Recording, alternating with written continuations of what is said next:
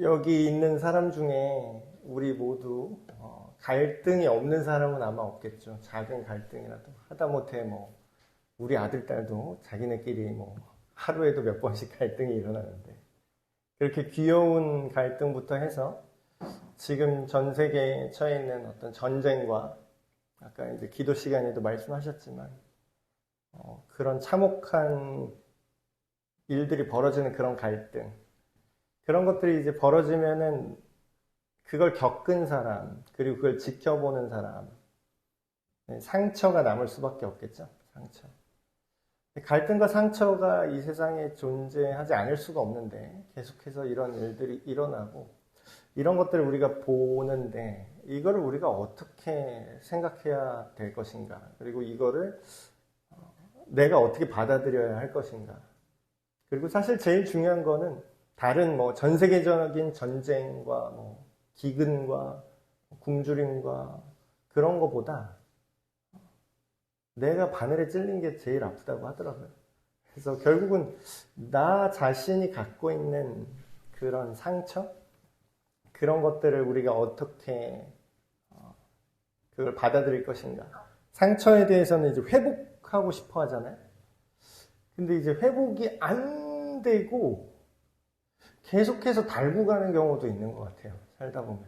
그게 이제 회복됐어, 이제 괜찮아 라기보다는 그냥 그걸 있는 그대로 받아들이고 그냥 이걸 그냥 계속 평생 달고 사는 거지, 이런 식으로 가는 경우도 있는 것 같습니다. 그래서 오늘, 특별히 오늘의 말씀은 바울이 그런 얘기를 하죠. 나에게 예수 그리스도의 흔적이 있다. 사실 그게 흔적이라고 표현을 했지만 그걸 맥락으로 이렇게 봤을 때는 상처죠, 사실. 예수님 때문에 나에게 어떤 고통이 있다. 그런데 이 당시 이제 바울이 처했던 고통과 뭐 비교할 수 없겠지만 오늘날에 우리가 살면서 그런 생각을 좀 해보면 좋을 것 같습니다. 가짜 진리는요, 그러니까 가짜 복음이라고 할까요? 교회에서 이제 얘기를 하고 뭐 사람들이 그리스도인, 기독교인이라는 사람들이 막 이렇게 얘기하는 여러 가지 예수님 냄새 나는 기독교의 본질이 아닌 기독교 향 첨가, 뭐 이런 느낌으로 여러 가지 좋은 소식들을 얘기를 합니다. 근데 그 요소가 틀렸다라는 게 아니에요. 틀린 게 아니라 핵심적인 내용이 빠져 있으면 그거는 참된 복음과 진리라고 할 수가 없죠. 그럼 또 누가 이렇게 질문하겠죠. 그게 뭐가 중요해요? 참된 복음과 진리가 뭐가 중요합니까? 우문의 현답을 드리면 참된 복음이 아니면 우리를 구원할 수 없기 때문에 그렇습니다. 진짜가 아니면 기능을 하지 않아요. 코로나 시국 겪으면서 그 손 세정제라고 이렇게 많이 나왔잖아요. 근데 거기에 에탄올이 95%인가? 그 이상 넘어가지 않으면 소독 효과가 없다고 합니다. 그러니까 80% 비슷해요. 80% 있고 에탄올 80%의 물을 나머지 좀 탔잖아요. 그럼 그걸로는 소독이 안 된대요. 그런 것 같습니다. 근데 진짜 복음, 진짜 진리, 우리를 구원하는 성경에 기록된 대로 그 복음의 가장 중요한데 사람들이 자주 빼먹는 것들, 그게 뭐냐면요, 우리가 진짜 예수님을 믿고 있잖아요. 정말로 우리가 구원을 받은 하나님의 자녀라면 우리가 예수님 믿는 것 때문에 뭔가 불편하신 게 있어야 돼요. 근데 이제 반대로 얘기하잖아요. 어떤 면에서 예수 믿으면 복 받습니다, 잘 됩니다, 예수 믿으면 마음에 평안이 옵니다. 맞아요. 그 말이 틀린 게 아닌데 그게 역설적인 거라고요. 그게 그냥 정말 마음만 편하고 정말 인생 잘 풀리고 뭐 타종교에서 말하듯이 내 마음에 근심이 없어지고 뭐 수양을 통해서 명상을 통해서 그렇게 됩니다. 그게 아니라니까요. 고통이 오는데 그럼에도 불구하고 기쁨이 넘치는 그런 역설적인 평안이죠. 기독교에서 주는 평안. 생각을 해봅시다. 우리가 예수님을 믿기 때문에 어떤 불편함이나 갈등이나 고통이나 결과적으로 어떤 조그만 상처도 입은 적이 없다. 내가 예수님을 믿는다는 이유로 하나도 세상이 나를 공격해 본 적이 없어. 세상이 나를 너무 좋아해. 어디에 가도 예수님 믿니? 그래. 아무런 꺼리낌이 없이 세상이 나에 대해서 전혀 이질감을 느끼지 못해요. 그러면 그거는 뭐라 그러냐면 내가 세상이랑 차이가 없기 때문에 그들이 나를 동료로 인식하는 겁니다. 그러니까 오해하지 말고 잘 들어주세요. 이 말이 기독교인이 유별나서 세상이랑 등져야 된다. 그런 뜻이 아니에요. 기독교인이 예수님 믿는 사람이 세상이 봐도 좋아하는 부분이 분명히 필요하죠. 예를 들면 정직함이라든가 순결함이라든가.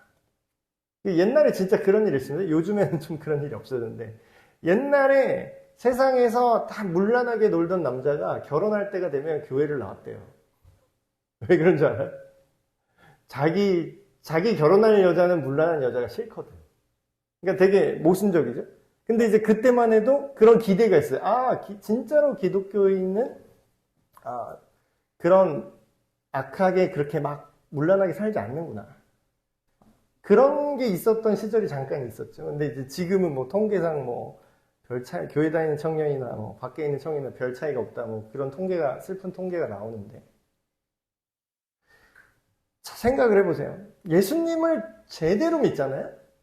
그러면 세상이 미워하게 되는 요소가 반드시 생깁니다. 부딪히는 요소가 생겨요. 옛날에는 단순히 술자리 안 간다, 술 안 먹는다, 제사 안 한다, 이런 걸로 좀 많이 부딪혔잖아요. 근데 이제 그런 단순히 1차원적인 부딪힘이라기보다는 생각의 결이 달라집니다, 점점. 이 세상은, 자기가 좋다고 느끼는 대로 행동을 해요. 그러니까 이득이 되는 대로 행동을 하게 돼 있어요. 근데 이득이 되는 대로만 행동하면 선과 악으로 행동을 하는 게 아니기 때문에 결과적으로 악한 선택을 할 경우가 아주 많아집니다. 지금 정치인들이, 우리가 예를 들어서 정치 영역만 봐도 이러잖아요. 아니, 이게 상식적으로 생각하면 이런 바보 같은 정책을 왜 하는 거야? 도대체 이런 미친 짓을 왜 한 거지? 예산 막 타가지고 막 이상하게 하고, 다시 또 지어놓은 거 다시 허물어. 돈 들여서. 그 바보 같은 짓을 왜 하는 거지? 돈 쓰면서 건물 올렸다가 돈 써갖고 건물 다시 허물어. 그 짓을 왜 하는 거지? 이해가 안 되죠? 그건 나쁜 짓이잖아요. 합리적이지 못하잖아요. 근데 그 짓을 해요. 왜 그런지 아세요? 그걸로 이득 보는 사람이 있거든요. 네.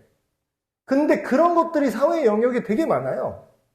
근데 진짜로 예수님 믿는 사람은 예를 들어서 선에 서고 악을 미워하라가 예수님의 마음이죠. 하나님의 마음이죠. 그런 거 하기 싫다는 거죠. 그럼 뭐예요? 근데 니만 잘났어? 이 소리 꼭 들어요. 니만 깨끗해? 너는 청렴 결백한 분 납셨네. 이러면서 이제 그 무리에서 배척을 당하기 시작합니다. 이게 진짜 예수님 믿으면 이렇게 된다니까요. 오늘 대표적으로 오늘 기록한 맥락에는 우리가 읽은 말씀에는 예수님을 진짜로 믿기 때문에 어떤 논란에 휘말리는 사건이 나옵니다. 그게 뭐냐면 이 당시 교회는 유대인도 있고 이방인도 있죠. 근데 유대인이 주류잖아요. 이 당시만 해도 이렇게 예수님을 믿는 그리스도인이 더 많은 게 아니라 유대인이 더 많았다고요. 근데 이 사람들이 볼 때 예수님 믿는 사람은 어떻게 보일까요? 약간 자기네 유대교의 이단으로 보겠죠. 우리는 메시아가 아직 안 왔다고 생각하는데 니네는 메시아가 이미 예수로 왔다라고 지금 얘기를 하네. 심지어는 지금 유대교의 그 기도문이 있거든요.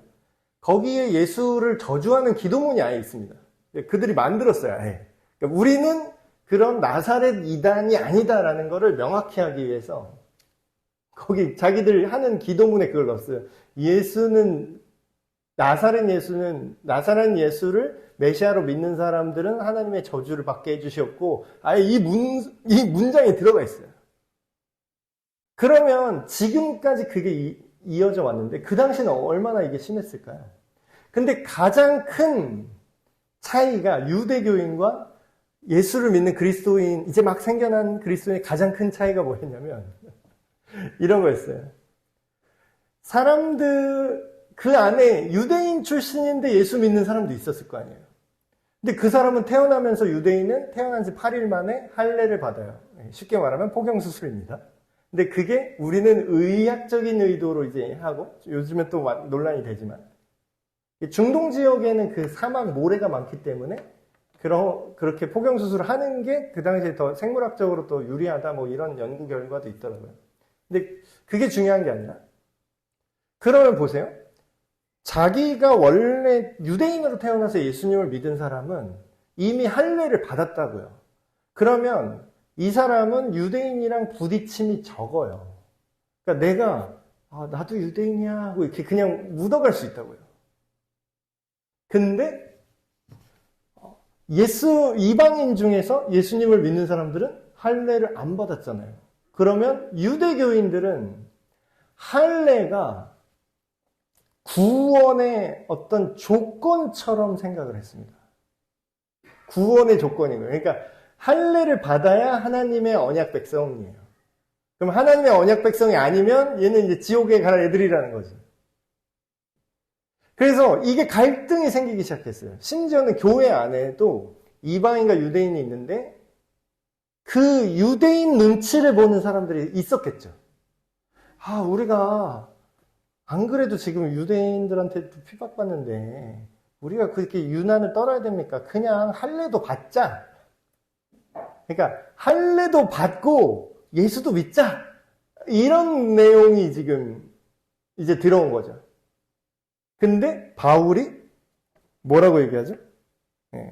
오늘 말씀에 제가 이제 현대어로 편하게 이제 번역하면 얘기해 드릴게요.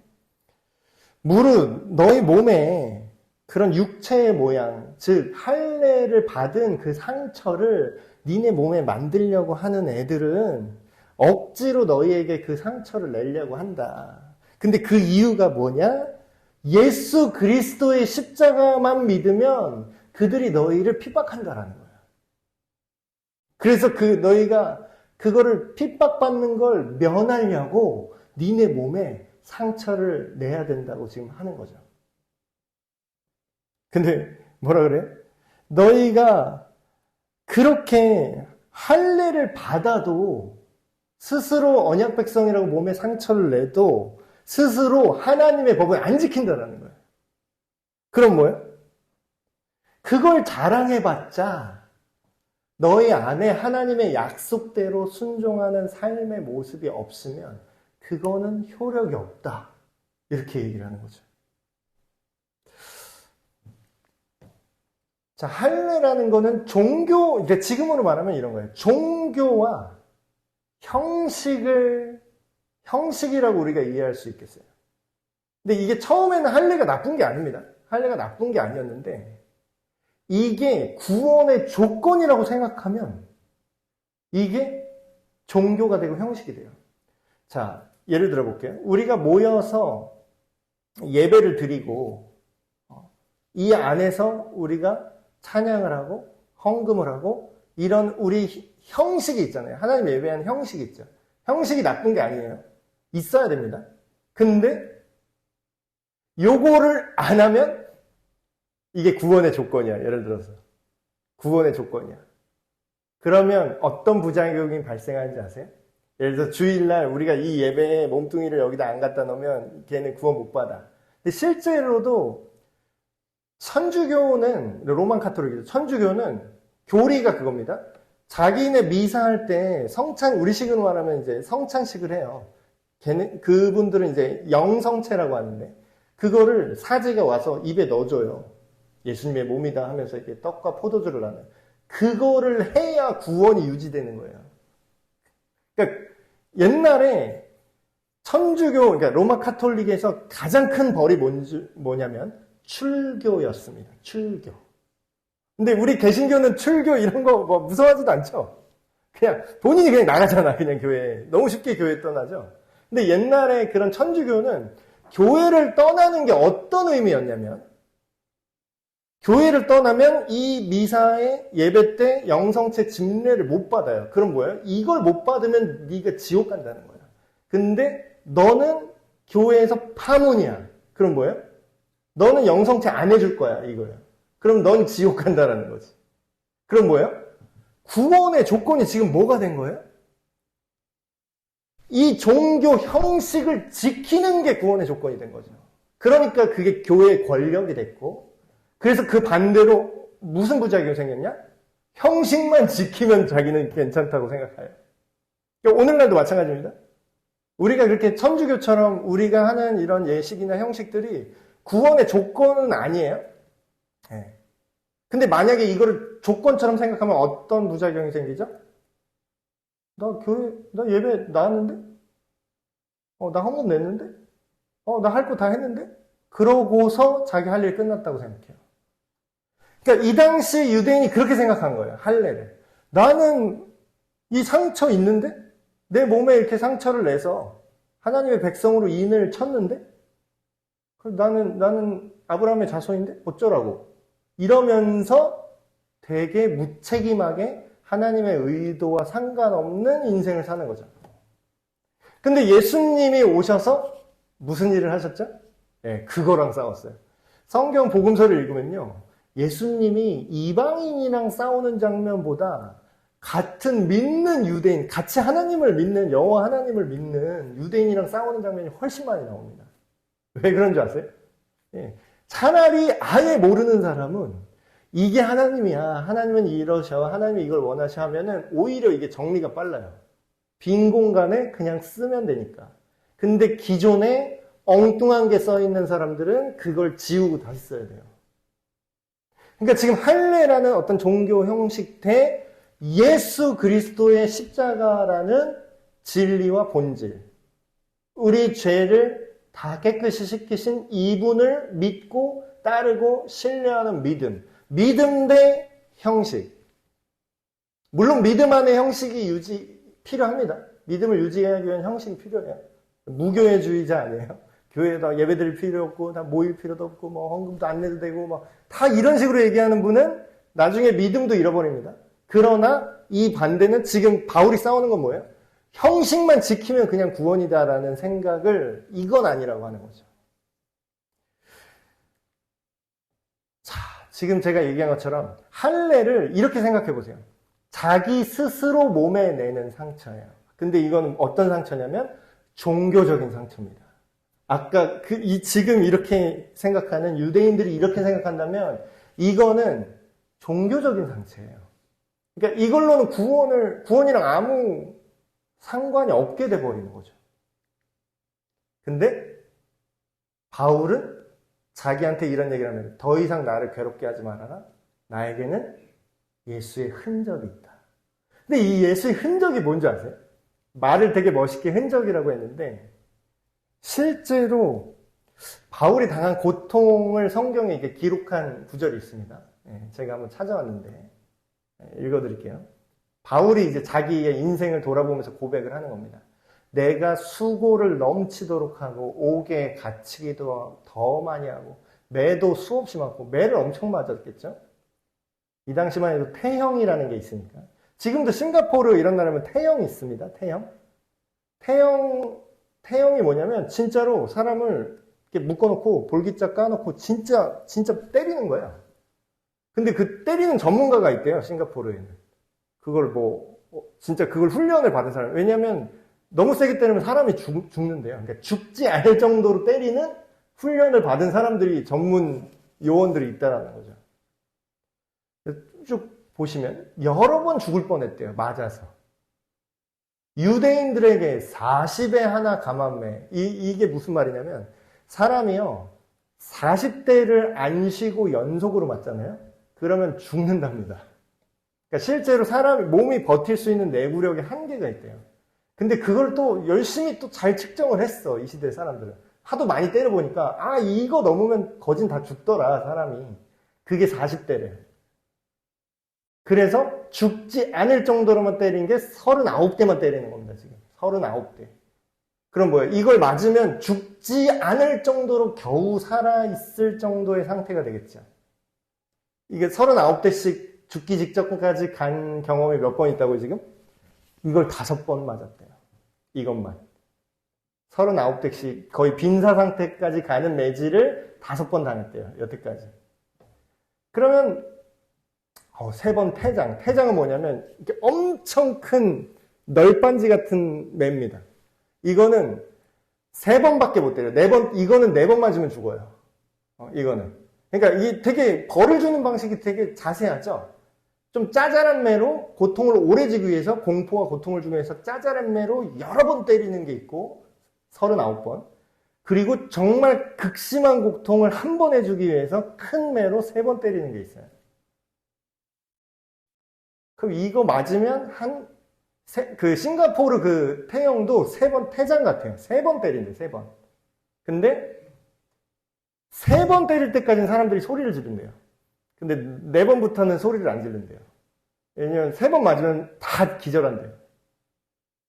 그래서 그 외국인, 미국 사람도 그때 모르고 와가지고 길거리에 침 뱉었나? 그랬는데 잡혀가지고 태장 이제 맞습니다 이제 하는데 미국 대통령이 와서 빌어도 그냥 때렸대요. 3번 태장으로 맞았죠.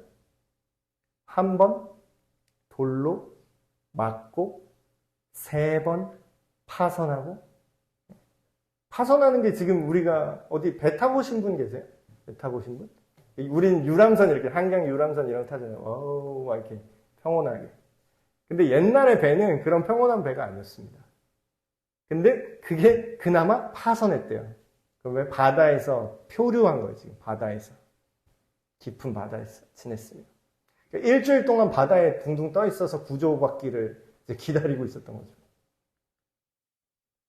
고린도후서 11장 23절에서 25절 말씀. 자, 여러분 이제 상상을 해봅시다. 성경을 읽을 때 우리가 상상력이 필요해요. 거룩한 상상력이죠. 그러니까 우리가 성경에 없는 내용을 상상하면 그건 망상이 됩니다. 근데 성경에 기록된 내용을 근거로 해서 상상을 해보면 그것은 상당히 훌륭한 영적인 상상력이 되죠.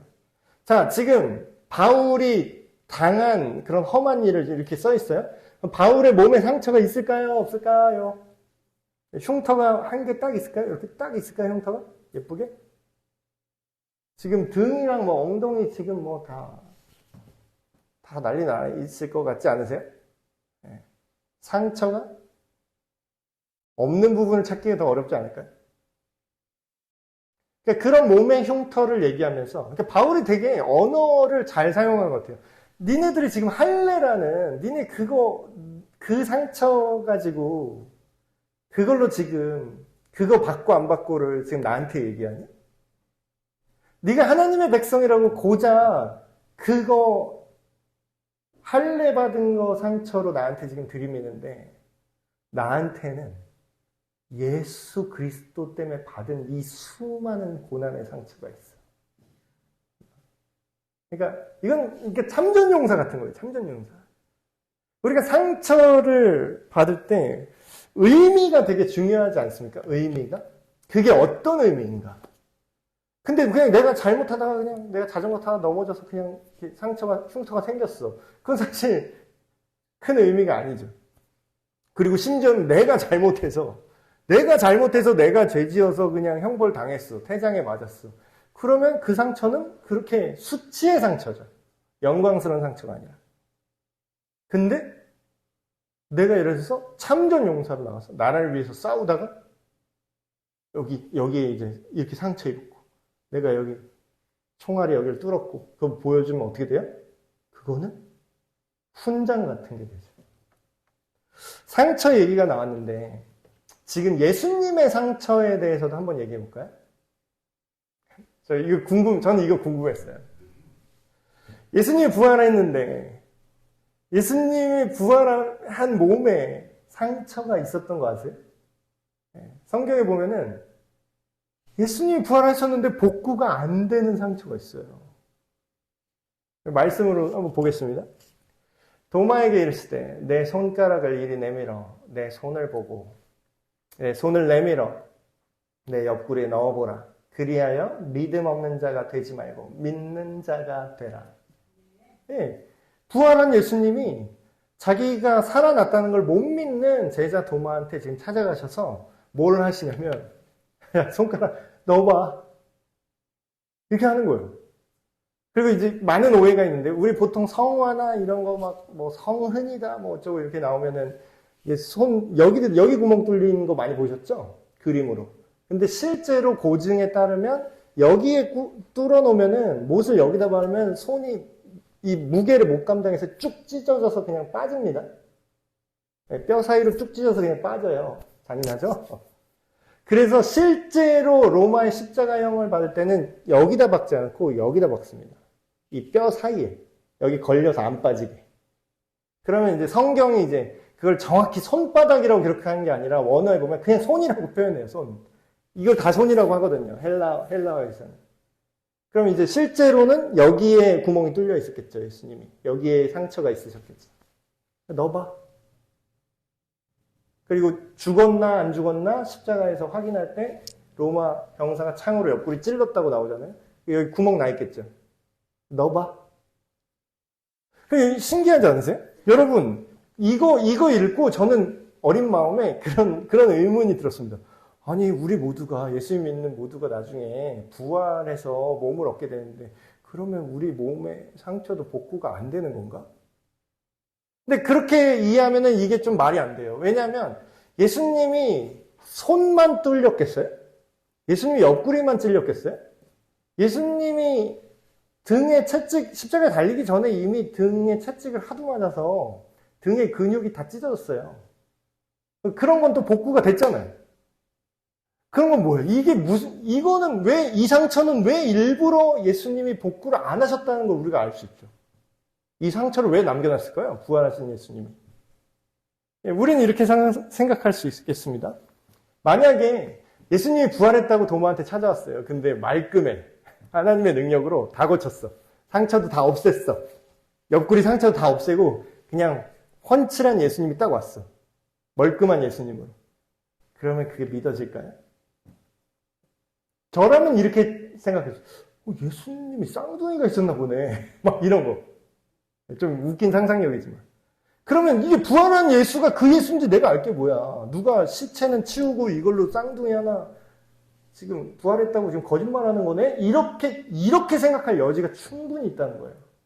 지금도 안 믿으려고 기를 쓰고 이악 물고 이거는 부활 없다고 하는 판에 만약에 그렇게 모호하게 했으면 예수님이 부활한 거를 믿을 수 없었겠죠. 도마를 비롯해서. 근데 예수님은 의도를 가지고 그 십자가의 상처를 복구하지 않으셨다는 거죠. 그 의도는 봐라. 내 상처가 봐라. 이 상처가 있다는 걸 너희가 확인할 때 내가 너희의 그리스도고 메시아라는 걸 너희가 알 수 있지. 이걸 우리에게 대입을 해보시면 좋을 것 같아요. 고통과 상처받은 시간들이 우리한테 있습니다. 근데 그 고통과 상처가 우리 죄 때문에 받는 거는 억울하잖아요. 그렇게 살면은 되게 바보 같은 인생이겠죠. 근데 예수님을 믿고 예수님 안에서 거룩하게 살기 위해서 받은 상처와 고통이 있다면 그게 핵심이라는 거예요. 그거는 모든 그리스도인이 정상적으로 살면 찾아오는 고통의 시간과 상처가 있다는 거죠. 너무 겁먹지 마세요. 그렇다고 다 막 순교하는 거 아니냐. 그런 게 아니라 예수님 때문에 여러분이 뭔가 불편을 겪는 거. 이 세상의 가치관과 맞지 않아서. 예를 들면 뭐 청년들이 막 자기들끼리 얘기하는데 막 나는 게이도 괜찮은 것 같아. 막 나도 게이 친구 있어. 막 이러면 나랑 가치관이 안 맞잖아. 그러니까 그거를 뭐 욕을 하고 그 친구랑 싸우라는 게 아니라 나는 그런 거는 건강하지 못한 거라고 생각해 라고 말하면 이 사회는 어떻게 말하죠? 다 같이 몰려와서 인권 침해자, 이 혐오자 막 이러면서 돌팔매질 하잖아요. 지금 젊은 세대는 그럽니다, 이미. 그럼 뭐예요? 내가 예수님을 똑바로 믿고 하나님이 남자와 여자로 창조했다는 걸 나는 믿는다는 이유만으로 세상에 나는 걸리적거리는 존재가 되는 거예요. 그 어떤 특정한 영역에서. 그럼 내가 상처를 안 받겠냐라는 거예요. 그게 나한테 불편하게 하고 내 마음을 어렵게 하잖아. 그쵸? 근데 그게 영광의 흔적이 된다는 겁니다. 바울이 그렇게 얘기한 것처럼 예수님의 못 자국난 손과 찔리신 상처가 어떻게 되었다고요? 십자가의 증거가 됐어요. 바울이 그렇게 복음을 전하기 때문에 받았던 그런 고통과 상처들의 흔적들이, 자 보세요. 그 사이에 이거를 중립적으로 객관적으로 그 할례가 중요하다 막 얘기하는 유대인이 있고, 바울이 딱 얘기하는데 제3자가 아무것도 모르는 사람이 딱 와서 보면은 누구 말이 더 신빙성이 있을까요? 이 사람은 손해볼 게 하나도 없어요. 지금 할례를 주장한다고 해서 손해볼 게 하나도 없다고요. 오히려 편안해져요. 이 사회에서 잘 섞여요. 근데 바울을 딱 보는데 거룩한 어떤 두려움 같은 거, 그러니까 경외, 이런 거를 느끼기 시작할 겁니다. 자, 생각해 보세요. 이 사람은 뭔가 하나도 득이 안 돼. 근데 굳이 이 짓을 왜 하는 거지? 왜, 아니, 그냥 그 예수 그 뭐가 중요하다고. 그냥 편하게 살면 안 돼. 굳이 이렇게 상처받고, 이렇게 맞고, 이렇게 고통받으면서 하는 뭔가 이유가 있지 않을까? 궁금증이 생기기 시작하는 거죠. 이걸 뭐라 그러냐면 예수의 증인이라고 합니다. 그러니까 뭔가 있으니까 이렇게 행동할 거 아니야. 뭔가 이상하잖아요. 정상적이지 않게 행동하잖아. 보통이라면 이렇게 하면 안 되는데 이 상처 또한 감수하면서 하는 이 일이 도대체 뭐길래, 얼마나 중요하길래, 그놈의 예수가 누군데, 복음이라는 게 도대체 뭐길래 이렇게까지 하냐 이거예요. 상처까지 이렇게 남으면서. 그 자체가 우리에게 어떤 증거가 되죠. 말씀을 마무리하겠습니다. 헨리 나우엔이라는 저자의 상처 입은 치유자라는 책이 있어요. 이거 꼭 한번 읽어보시면 좋을 것 같은데, 이거는 무슨 얘기냐면요, 우리가 상처를 받고 그 상처 때문에 막 고통스러워하잖아요. 마음의 상처라든지 뭐 육신의 상처가 됐든 어떤 이유에서 내가 상처를 받았어요. 근데 그거를 그냥 냅두지 않고 하나님께서 그 상처를 의미 있게 하신다는 거예요. 그 상처를 통해서 그 같은 상처를 받은 사람을 공감할 수가 있어요. 그게 보여요. 예를 전에 그런 일이 있었습니다. 가족 중에 스스로 목숨을 끊은 고통과 아픔이 있는 사람이 있어요. 근데 어떤 집사님이 이분을 만났는데 자기도 같은 고통을 겪은 거예요. 그러니까 그게 어떤 마음인지 너무나 잘 알아. 왜냐하면 네가 갖고 있는 그 상처가 나한테도 있거든. 그러면서 그 안에서 그런 상처가 있음에도 불구하고 영원한 소망에 대해서 다시 얘기해 줄 수 있는, 그러니까 예수님의 복음을 믿는다라는 건 예수님의 상처를 우리도 공유한다라는 것 같습니다. 여러분, 고통 없는 믿음, 십자가 없는 구원, 이런 건 거짓말입니다. 거짓말이에요. 우리가 기브 앤 테이크는 아니에요. 이 세상에 공짜는 없구나. 역시 하나님도 뭐 거저 구원하셨다는데 우리가 고통을 받아야 구원해 주시는구나. 이렇게 오해하시면 안 돼요. 그건 거저 구원, 우리가 고통을 스스로 막 채찍질한다고 우리가 구원받을 수 있어요? 옛날에 중세 카톨릭 스타일의 믿음은 그런 식으로 했어요. 자기가 패스트가 막 펴지고 전염병이 퍼지니까 신이 진노했다 하면서 자기 몸에 채찍질을 막 했어요. 뭐 어쩌라고요? 그거 한다고 구원받을 수가 없어요. 예수님을 믿는 그 믿음 안에서 우리가 받는 상처와 고통과 감수해야 될 것들, 그것만이 우리를 오히려 치유하고 이 세상을 구원할 수가 있습니다. 우리의 상처와 아픔이 성숙과 성장의 흔적으로 남기를 바랍니다. 여러분, 상처를 묵상하지 마시고요. 그것이 예수님 안에서 의미 있게 되셔서 바울이 얘기했던 나에게 예수의 흔적이 있다. 하나님께서 내 인생에 남겨두신 좋은 흔적이 있다. 영광의 흔적이 있다. 믿음으로 받아들이시는 저와 여러분이 되시기 주님의 이름으로 축복합니다.